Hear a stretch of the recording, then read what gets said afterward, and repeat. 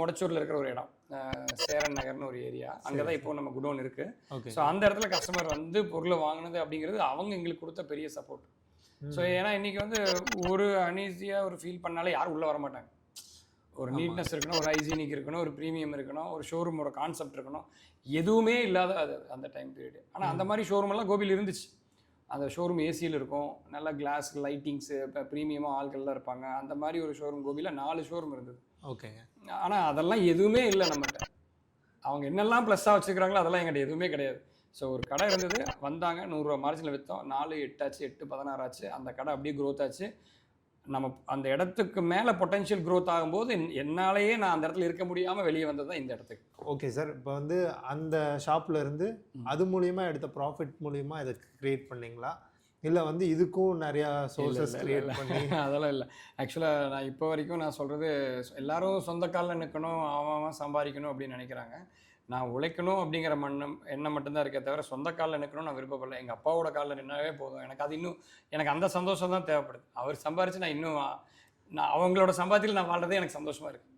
So அந்த point of வியூவிலேருந்து தான் start பண்ணேன். நான் சம்பாரித்து அதுலேருந்து எடுக்கணும்னா கண்டிப்பாக எடுக்க முடியாது. நான் 100 ரூபா லாபத்துக்கு நீங்கள் எப்படி ஒரு ஷோரூம் போக முடியும்? மார்ஜினபிள் பண்ண முடியாது, கஸ்டமர் சர்வீஸ் பண்ண முடியும்.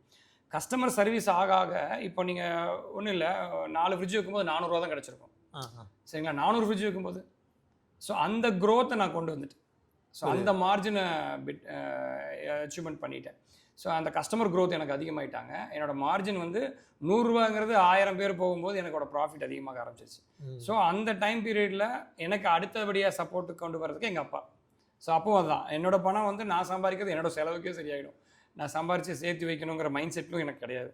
ஸோ மக்களுக்கே கொடுக்கணும் அப்படிங்கிற எண்ணம் எனக்கு அதிகம். ஸோ எங்கள் அப்பா வந்துட்டு அவரோட மேனுஃபேக்சரிங், ஸ்கிராப் ஹோல்ஸ், அது ஒரு பார்ட் நடந்துட்டுருக்கு.